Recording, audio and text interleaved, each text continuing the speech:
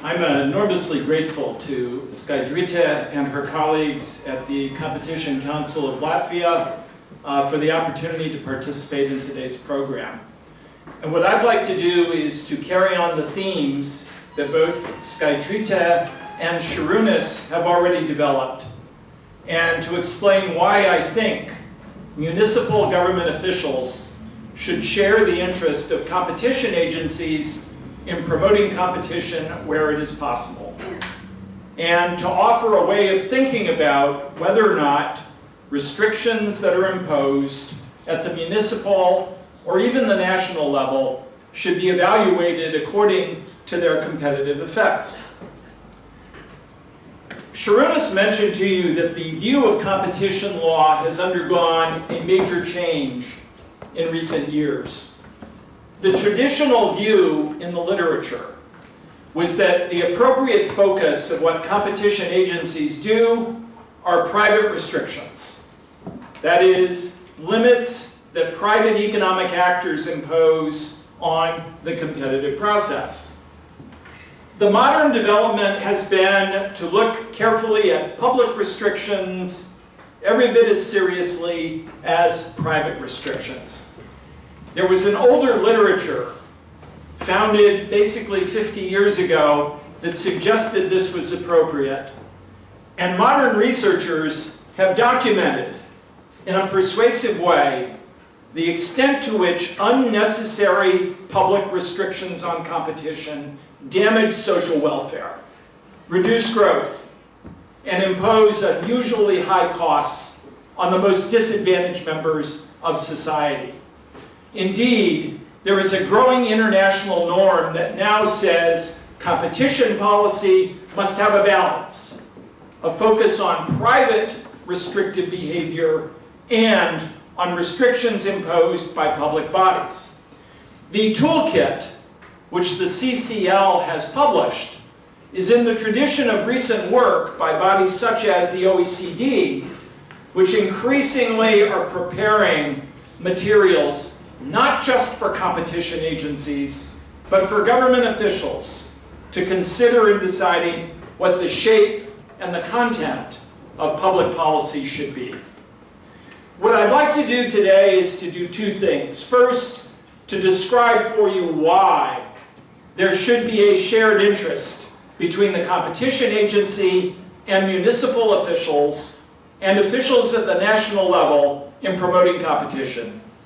And then to talk about a framework that can be used to ensure as much as possible that public intervention takes place in a way that promotes competitive possibilities.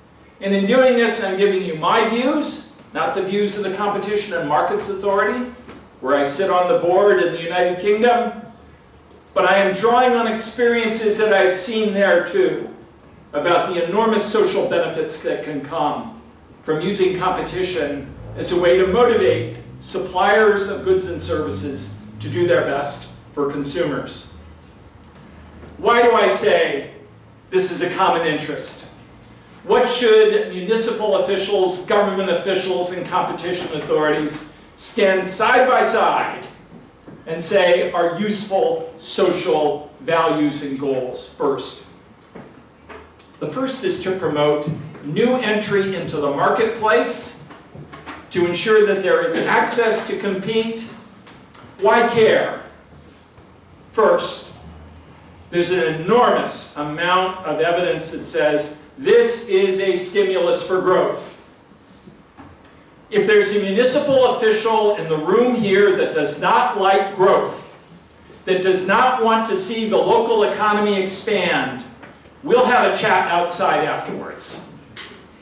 But my guess is everybody in this room would like, given a chance, between having more growth or less growth, being richer or poorer, will choose richer and more growth, because that creates many opportunities for public policy and for the larger society. It is also a way to promote economic dynamism, change, adaptability. If the public procurement system, for example, does its job well, there are also enormous benefits for those with the lowest incomes in society.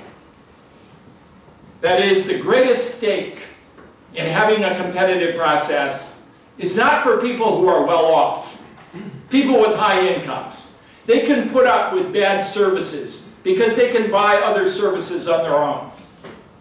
It is the most disadvantaged in society that have the greatest stake in having the benefits that competition provide.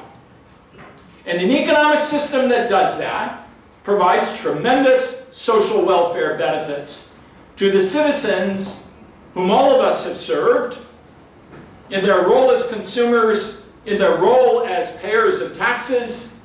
This is what they can reasonably expect from what a great government will do. On these issues, competition agencies and public officials at the municipal level, at the national level, should stand side by side. Everybody should want that agenda. What are the public policies that affect the realization of these aims? Let me mention 4. First, sometimes cities, sometimes nations impose severe restrictions on new business entry and expansion by existing firms. I'll give you an example. A major municipality in North America that decided that for public buildings, public agencies themselves must provide all services in the cafeteria.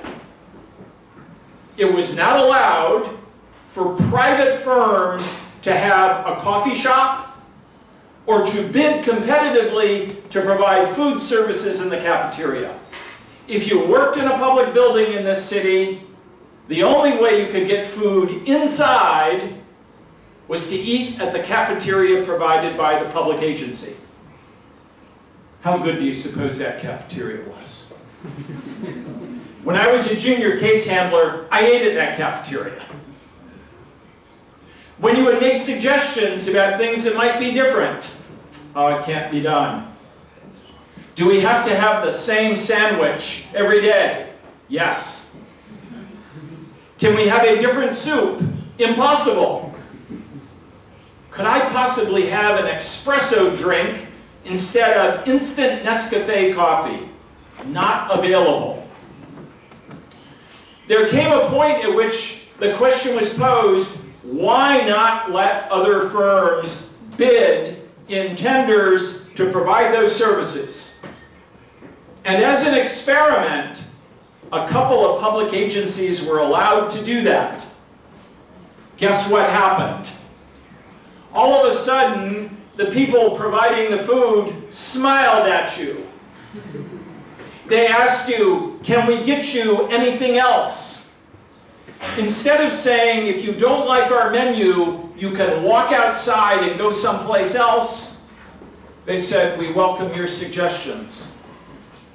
And over a period of years, it became clear that the discipline of competition provided a tremendous motivation for suppliers to do a better job.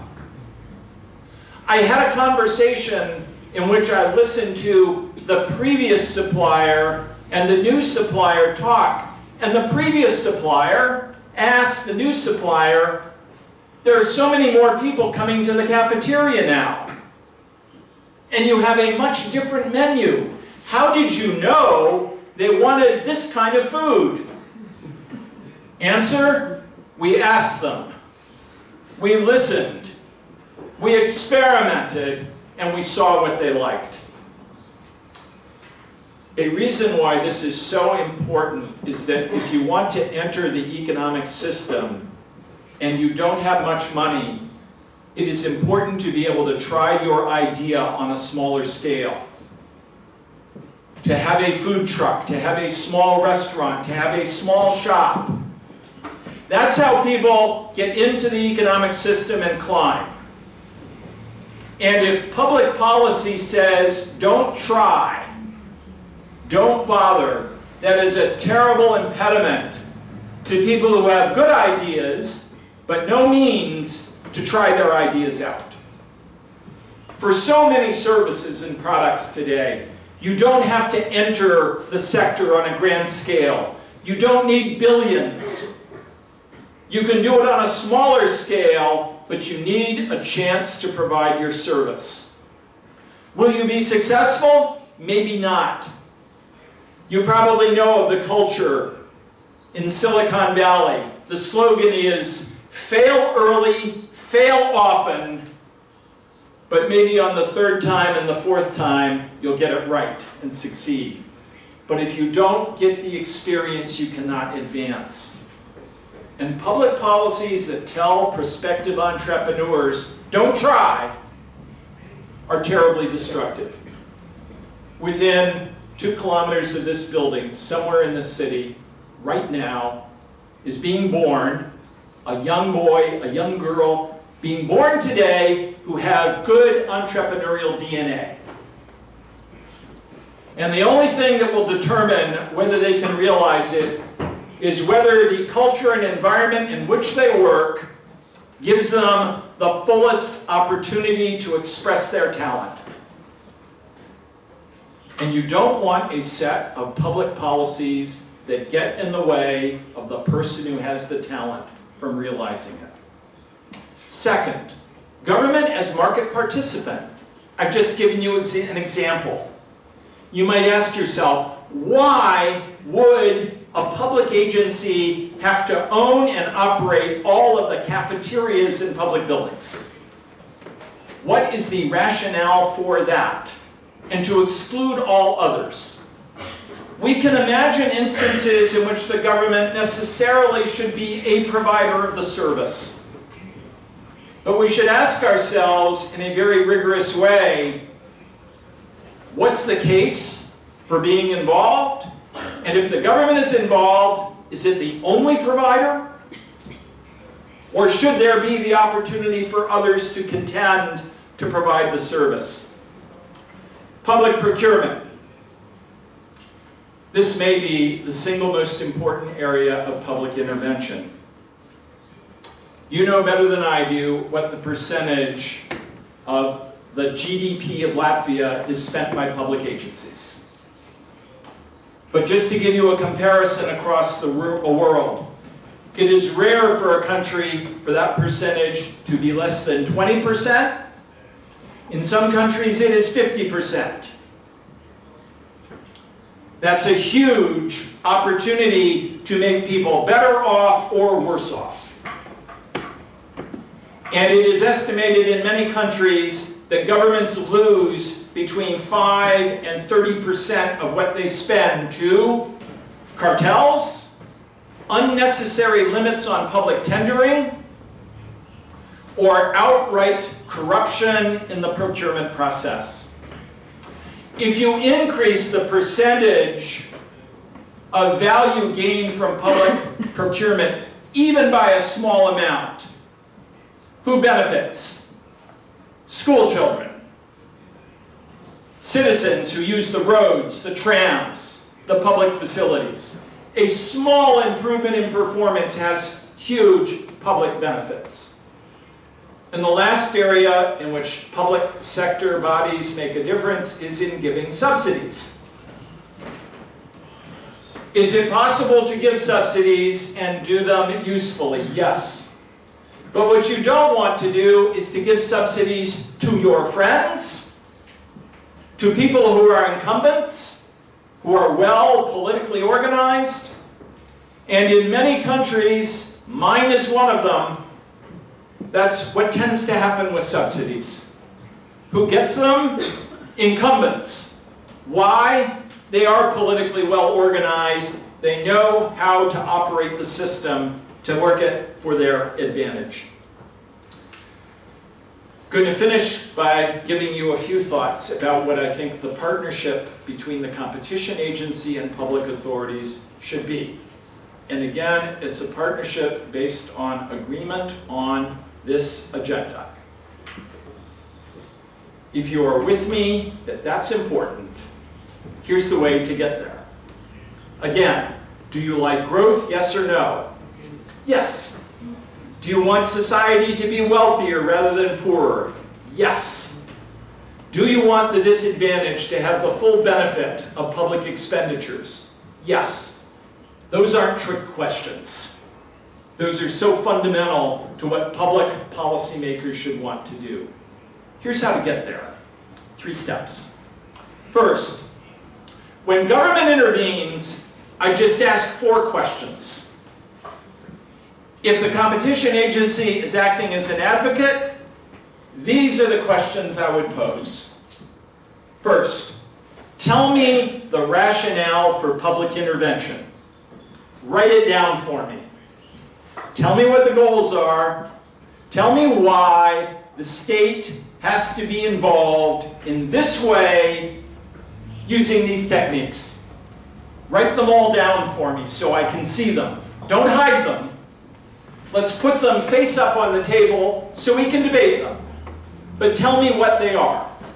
And if there are non-economic social welfare purposes, explain them to me, but don't hide them, so we can discuss them. Second, and quite crucially, is the technique chosen to meet the objective a close fit? That is it well tailored to meet the objective in question? Sharunas mentioned the example of Uber. It is a new model. What have a number of municipalities said in the case of Uber? Forbidden. Reasons: concerns about health and safety, the reliability of the drivers, the background of the drivers, the training of the drivers. But the solution chosen is exclusion. No Uber. 0. I can suggest how those objectives could be satisfied in a way that allows Uber to succeed and to operate. Prohibition is not the only way to get there. Show me that your chosen method is well matched to the technique that you've selected. Example: some of the member states in my country have a restriction on sales of wine over the internet. And the restriction is this: if you live in one state, you are forbidden to purchase wine over the internet from a vineyard located in another state. So if I live in Michigan, I cannot buy wine over the internet from California, a law of the member state. Can you guess the reason given? Health and safety. Underage drinking. The concern is that clever teenagers are going to reach into their parents' wallet and they're going to pull out one of these.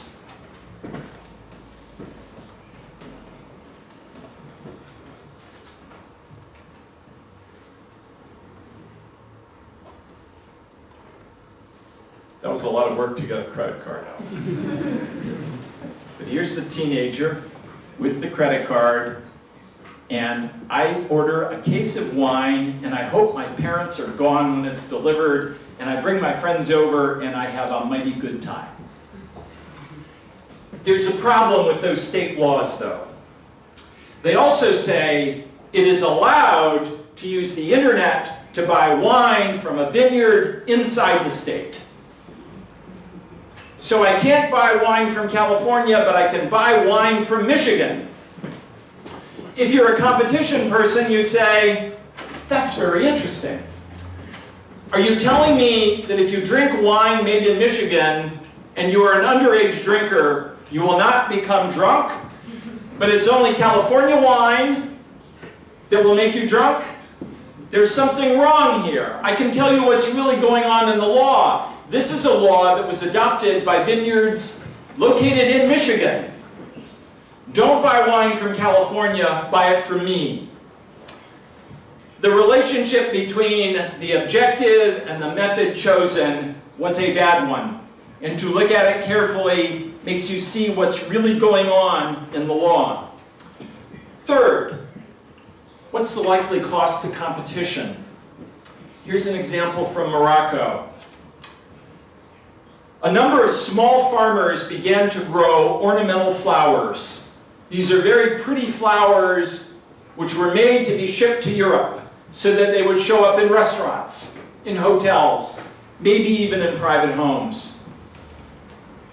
They faced three problems. One region had decided to create a cartel of trucking companies, transport companies.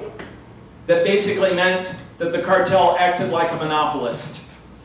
So the first problem is to move my flowers from my farm to the airport, I paid a super competitive price because of a public policy that created a cartel.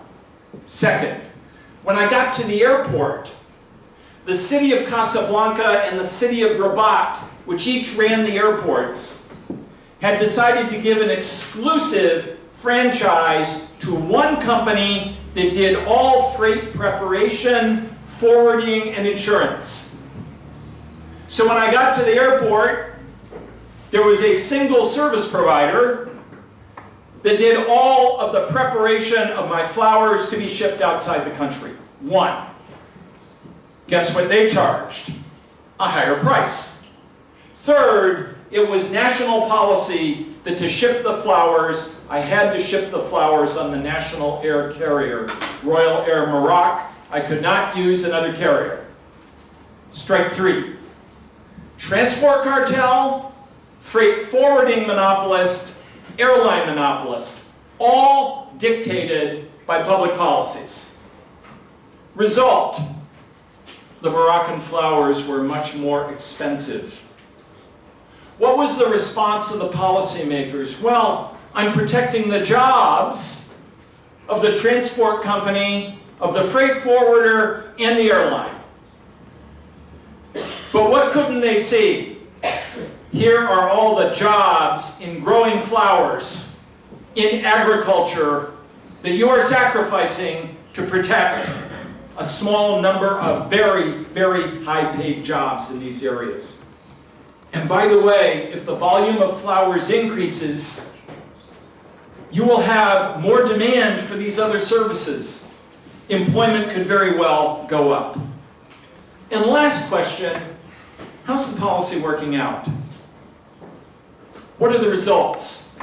What are the effects of the policy? Is it achieving its objectives? If you ask these four questions about any form of public intervention, whether it's government ownership, the operation of the procurement system, and unnecessary limits on who can tender, subsidies, restrictions on entry, this four-step process, I think, leads to some very informative conclusions about what policy should be. Who should do this? In a number of interesting instances, individual cities or municipalities have gone to the competition agency and said, help us out. We can see other cities growing faster, more investment, more jobs. Help us out. We will share with you what we're doing. You can advise us in how to make improvements. And in a number of instances, this works. The competition agency says, here's where you can increase employment, promote growth. You can improve performance in all these areas by doing the following things. And in many instances, one thing the competition agency says is that what you need to do is to take your existing regulatory requirements and simplify them. So that instead of going to 5 ministries for approvals, I just go to 1. Instead of filling out 10 forms, I fill out 1 form. So that if I don't have lots of money to spend on lawyers or other advisors, I can get through the regulatory process at a lower cost, and that matters a lot if I'm an entrepreneur. And the last valuable element of policymaking is to evaluate effects. And here the question is, these are the goals for restrictions. Have those goals been achieved? Are they being realized? At what cost? And with what unintended consequences? It is a very useful habit to take existing restrictions and go back and ask periodically, how did it work? Are the programs fulfilling their objectives? Is there another way? Why should you believe me? Because there's lots of evidence now from around the world that this framework works. There are now the equivalent of what we can call economic precedents, where you can point to individual jurisdictions that have made changes with tremendous positive benefits for growth, job creation, and for better income distribution. And this research agenda has been built, yes, by competition agencies, but by academics as well. Even if, as a public official, and I was one for 15 years, even if one is wary of making changes, nervous that the adjustments might not be appropriate, a useful place to start is to ask the questions. And maybe the answer you give to them will be yes. The status quo makes lots of sense for us. But it is just as possible in a number of areas that you find places where it can be better. And if as a society you're rooting for this, and this is important to you, that's an adjustment worth making. Thank you.